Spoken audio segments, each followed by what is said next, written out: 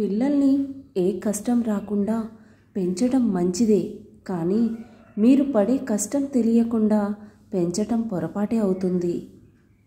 ఒకరి మనసును గాయపరచడానికి ఒక్క క్షణం చాలు, కానీ గాయపడిన మనసు గెలవాలి అంటే మాత్రం జీవితాలు సరిపోవు. గతం లేనివాడు, గాయం కానివాడు ఈ సమాజంలో ఎవరూ లేరు. దానిలో మీరు కొత్త కాదు, నేను పాత కాదు. శ్రీరాముడంతటి వాడే రావణాసురుడికి నచ్చలేదు, శ్రీకృష్ణుడంతటి వాడిని కంసుడు మెచ్చలేదు. అందుకే అందరికీ అందరూ నచ్చేటట్టు, మెచ్చేటట్టు మనం ఉండాల్సిన అవసరం లేదు. ఎవరి జీవితం వారిదే. నీవు చికాకులో ఉన్నప్పుడు ఎక్కువగా మౌనమే వహించు. ఆ టైంలో నీ నోటి నుండి వచ్చేవి మాటలు కాదు, మారణాయుధాలు. ముందు కాలికి గర్వం లేదు, వెనుక కాలికి అవమానం లేదు. ఎందుకంటే ఆ రెండు కాళ్ళకి తెలుసు తమ స్థానం మారడానికి ఒక క్షణం చాలు అని. తప్పుని కప్పిపుచ్చుకునే ప్రయత్నం చేస్తే అది మరింత పెద్ద ఆపదను నీకు తెచ్చిపెడుతుంది. నటించే వాళ్ళకి, మోసం చేసేవాళ్ళకి, స్వార్థపరులకి ఏ ఫీలింగ్స్, ఎమోషన్స్ ఉండవు. వాళ్ళకి అవసరం ఉంటే వాడుకుంటారు, అవసరం తీరగానే వదిలేస్తారు. చూసేవాళ్ళు చుట్టూ లేకున్నా సరే పువ్వు వికసించక మానదు. అలాగే నీవు నీ పని నిశ్శబ్దంగా చేసుకుంటూ వెళ్ళు.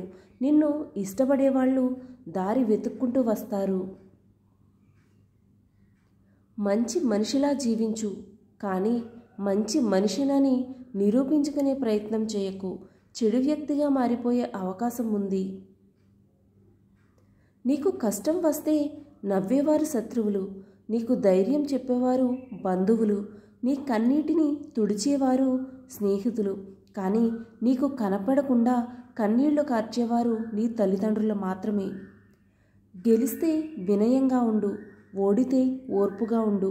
డబ్బు ఉంటే దయాగుణంతో ఉండు, డబ్బు లేకుంటే నిజాయితీగా ఉండు. నీకు సాయం చేసిన వారిని ఎప్పుడైతే పతనం చేయాలనుకుంటావో అప్పుడే నీ అసలు పతనం ప్రారంభమవుతుంది. నీవు అందరితో మంచిగా ఉన్నావని అందరూ నీతో మంచిగా ఉంటారు అనుకోవడం నీ పిచ్చితనం. ఎందుకంటే లేడి సింహాన్ని చంపడం లేదని సింహం లేడిని చంపకుండా ఉంటుందా? లోకంలో ఉన్న చీకటంతా ఒక్కటైనా అగ్గిపుల్ల వెలుగును కూడా దాచలేదు. నీ లక్ష్యానికి ఆత్మవిశ్వాసం, కృషి తోడైతే నీ విజయాన్ని ఎవరూ ఆపలేరు. కుటుంబం అంటే రక్త సంబంధం ఉన్నవాళ్లే కాదు, ఆపద టైంలో మీ చెయ్యి పట్టుకొని మిమ్మల్ని ముందుకు నడిపించే వాళ్ళందరూ మీ కుటుంబమే. ఈ వీడియో కనుక మీకు నచ్చినట్లయితే please do like, share and subscribe to my channel. Thank you for watching.